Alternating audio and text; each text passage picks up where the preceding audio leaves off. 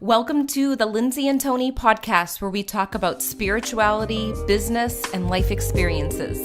In this podcast, we're bringing our private conversations to you. We believe that it's through discussion, action, and reflection that true change occurs. Hi everybody, welcome to episode 53, the difference between victim mode and authentically expressing yourself. In this episode, we're going to be talking about all the words and actions people use when they are in victim mode and what to do to get yourself out and authentically express yourself, feel your pain, feel your emotions, and share your truth to help others heal. I hope you enjoy the show. Hi guys, welcome back. We're so excited that you're here. Today we're going to talk about victim mode versus authentically expressing yourself. Yeah, because there's a disconnect between the two. Some people, they'll mistake authentically expressing themselves with actually habits and words that come from a space of victim, being in a victim mode. And going back. And going backwards, and it's actually backtracking. And that's the whole point of why we made this episode, is so we could help people realize when they are in victim mode and ways to actually get themselves out of victim mode. That way we could be most effective. Yeah, and also whether it's yourself or friends around you, what are you keeping in your company? And are you allowing people to grow around you, or are you enabling people? Exactly, because this will happen in the workplace, this will happen at home. This you'll even, no matter how spiritual you are or how good you are, you'll fall into where you're acting like a victim sometimes. I know I do sometimes, you do, Lindsay, but we limit it pretty much because we recognize it. We start to recognize the patterns. And the topic of being spiritual and like, what is spiritual? Really, it's just us being humans. Right, like we're all spiritual. Yeah. Everybody's spiritual. I know. So let's dive into, I would like first for us to describe different actions and different words people say when they are in victim mode, like even ourselves. So I've done it before. Oh, we've all been there. So different things are like, oh, it's just my luck. It happens to me every single time. If you ever hear anybody say that, they're in victim mode. If you ever say that, you're in victim mode. If you ever say it's just my luck, that's victim mode. Or, of course this would happen to me. That's another thing that comes through. Of course this happened to me. This always happens to me. So that's some common phrases. And I think listening to these things, like that's just my luck, or this always happens to me, of course this happens to me, you might even think, oh my gosh, I say that all the time. It's just a common phrase that just pops out of my mouth. It's something, it's a pattern, and I don't even know that I'm doing it, but we're making you aware of this. Right, because society, they kind of reward that behavior growing up. I noticed that when you play the victim, what do you get?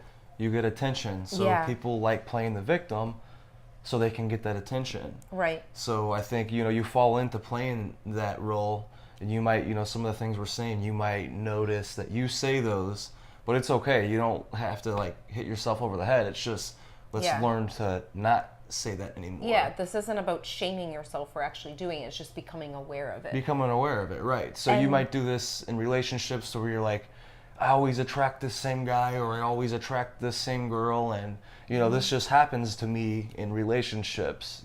That's victim mode. Yeah. Anytime you're trying to say and it makes it seem like everybody is out to get you, that's victim mode. Yeah, and there's some moments where you'll start to notice, I do attract these situations in relationships or friendships, and that's happened to me where I noticed a pattern. And I was sick of myself constantly talking about it. And luckily I had Tony to tell me, wait, think about this. This is coming up again. There's a reason this is coming up again.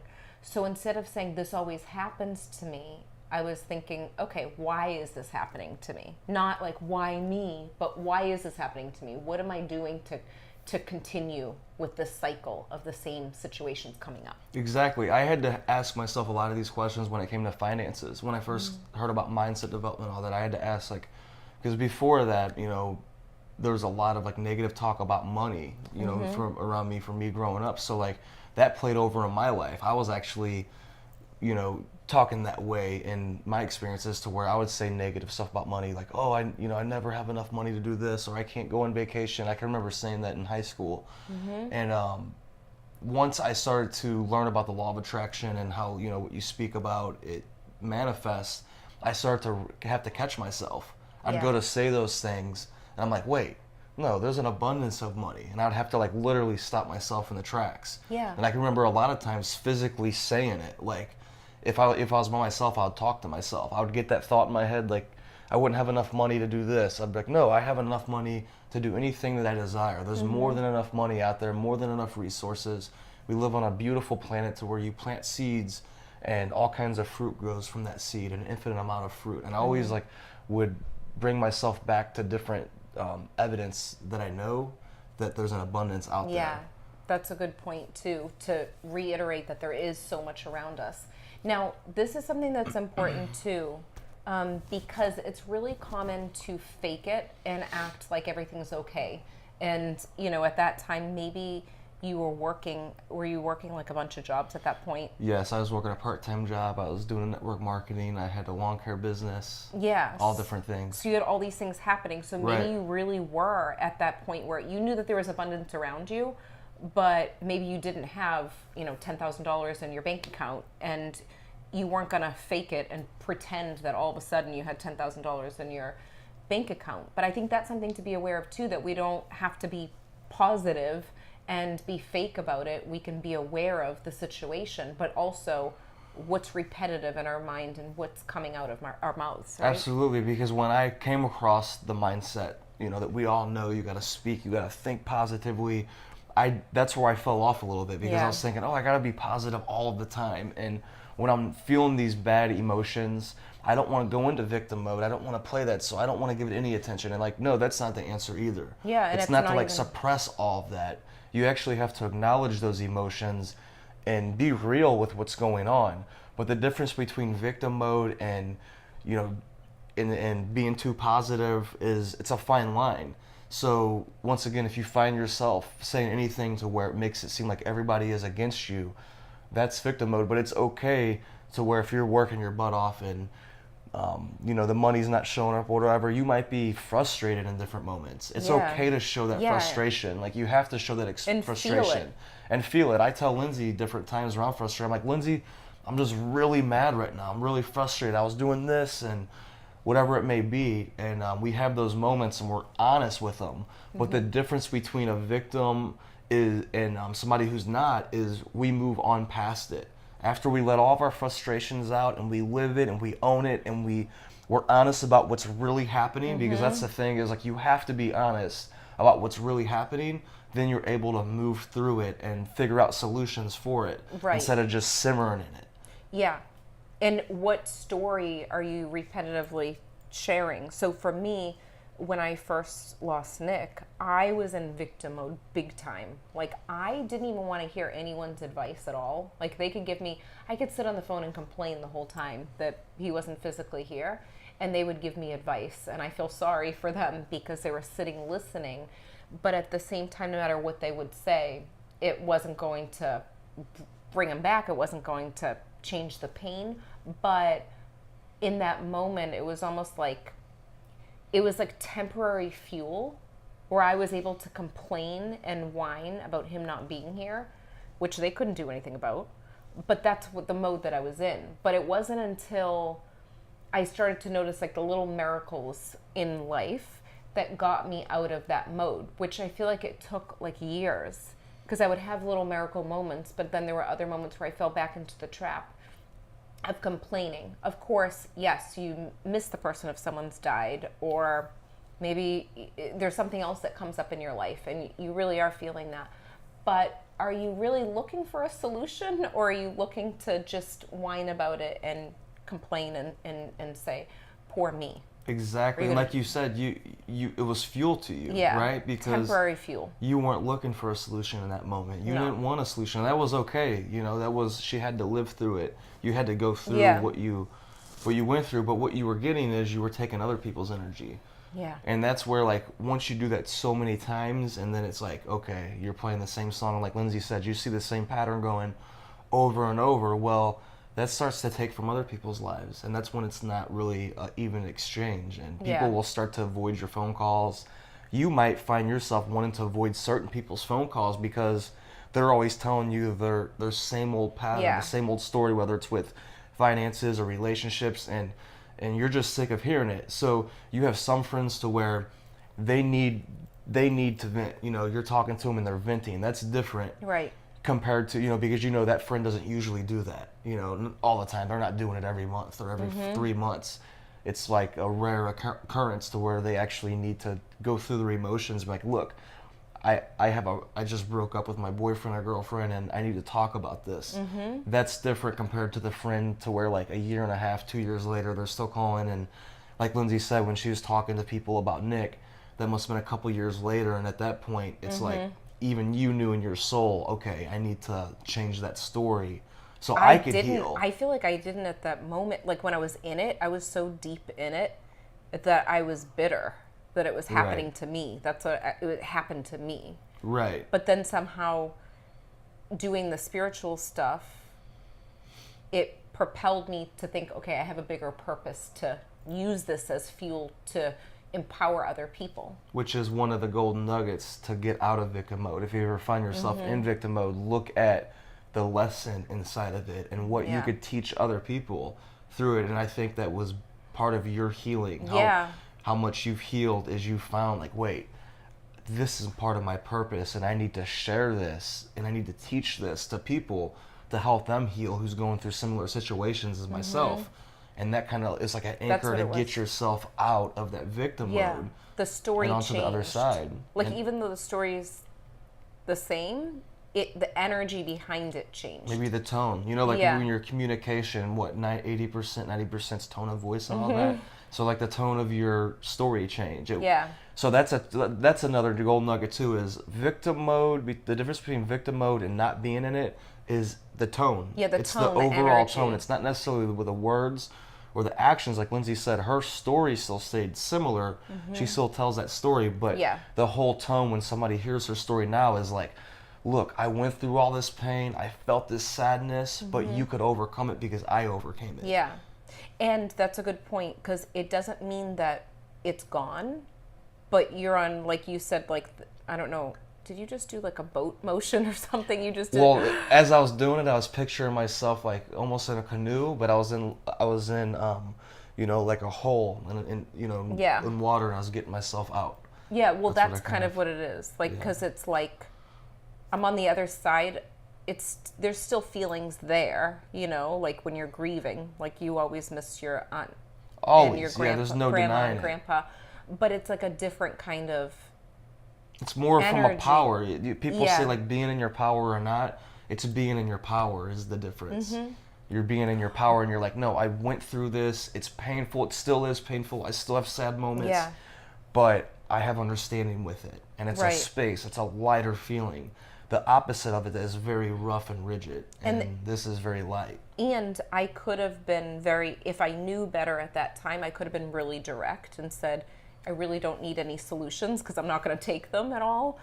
But I'm pretty much in a place that's really tough, and I just want to complain about that moment. You know, I could have said it like directly. Which that would be somebody in their power would say that. Yeah, but I wasn't. You weren't in your power. I wasn't in my power. Which is okay. And once again, when these moments happen, it's okay for you to fall off.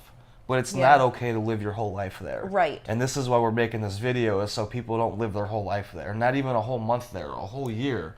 You want to limit it as much as possible. You don't want to suppress it. There's a difference. If you suppress it, it causes more pain and it's bad. You don't want to suppress it. And what title are you giving yourself? I've heard a bunch of times people say, I'm a single mom or I'm a single dad. If you keep telling that story, yes, it's a fact. You're single and you're a mother or you're a father. But are you constantly struggling with money because you're constantly telling the story that you're always single? So if you want to meet someone, you don't want to be telling that story, I am single. That's a lot of power right there. I am a single mom. I am a single dad. And this isn't to shame you at all. This is just to make you aware, what story are you telling yourself?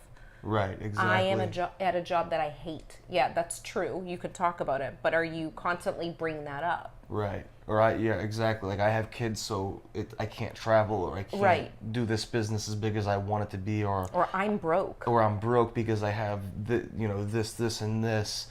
When we're in our power and we're not in victim mode, we understand that there's an abundance of everything, and it's not just like a cool thing to say. It's like literally, if you think about everything on this planet, there's an abundance of everything. Like literally, there's evidence everywhere. Do you know what this is a good example of too? The KonMari method.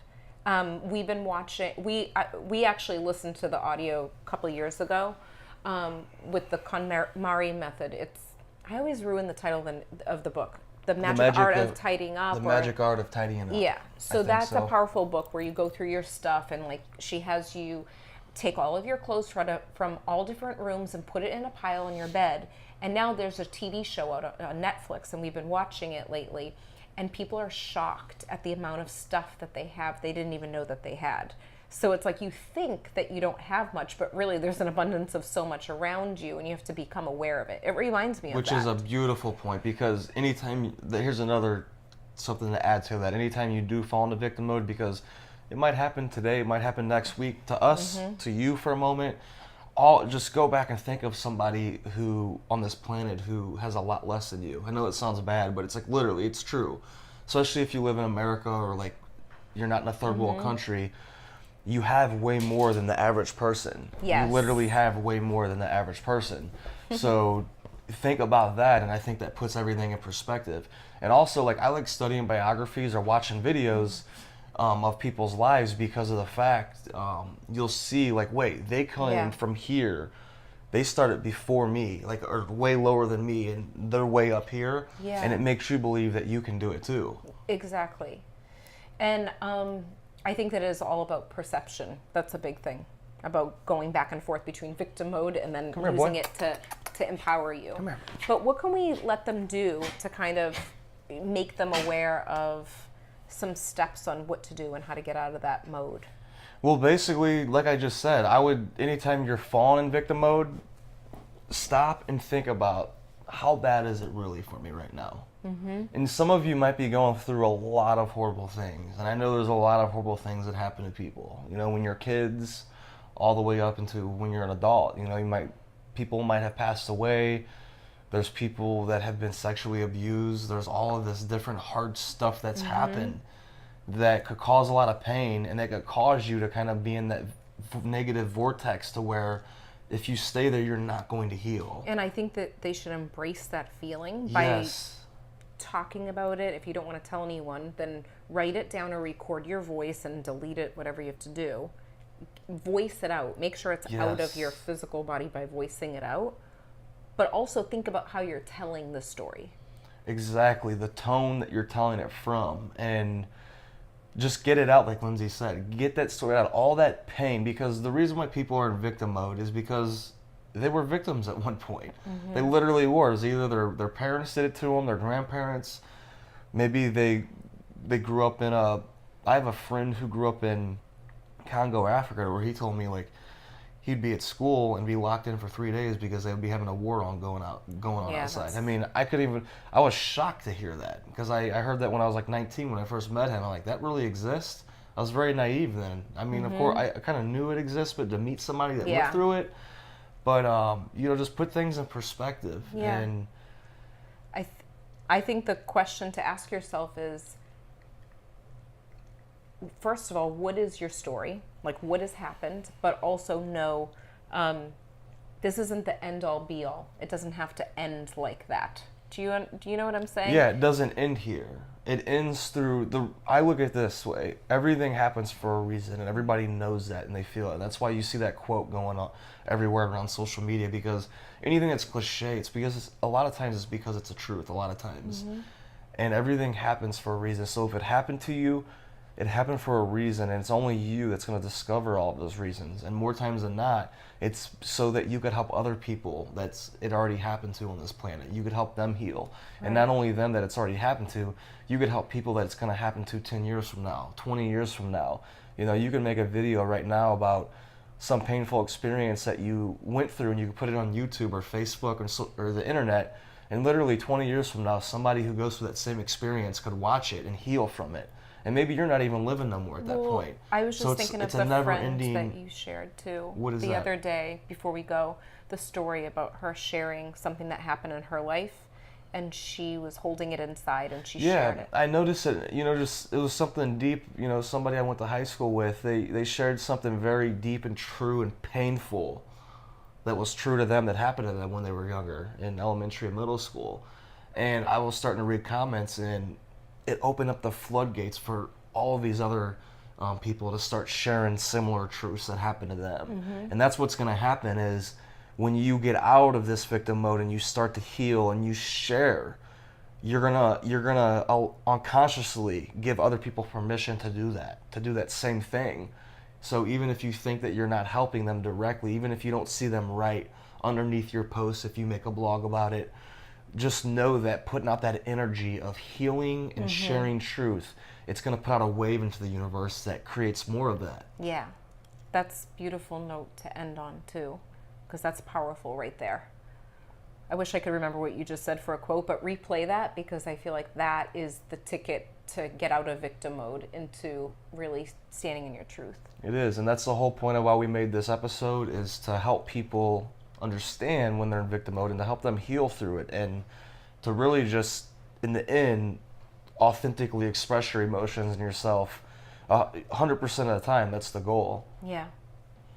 We hope that you enjoyed this episode, and share with us anything that you took from this episode and any kind of learnings that came from it. Yep. And we'll see you all in the next episode. Bye, guys. We hope you enjoyed this episode as much as we did. If you liked it, leave a 5-star review on iTunes, and remember, subscribe to our YouTube channel too. If you can think of anyone else that would love this episode, share it with them right now on social media or email. And remember, getting results is a process of learning, applying, and reflecting. Stay consistent and continue to grow every day.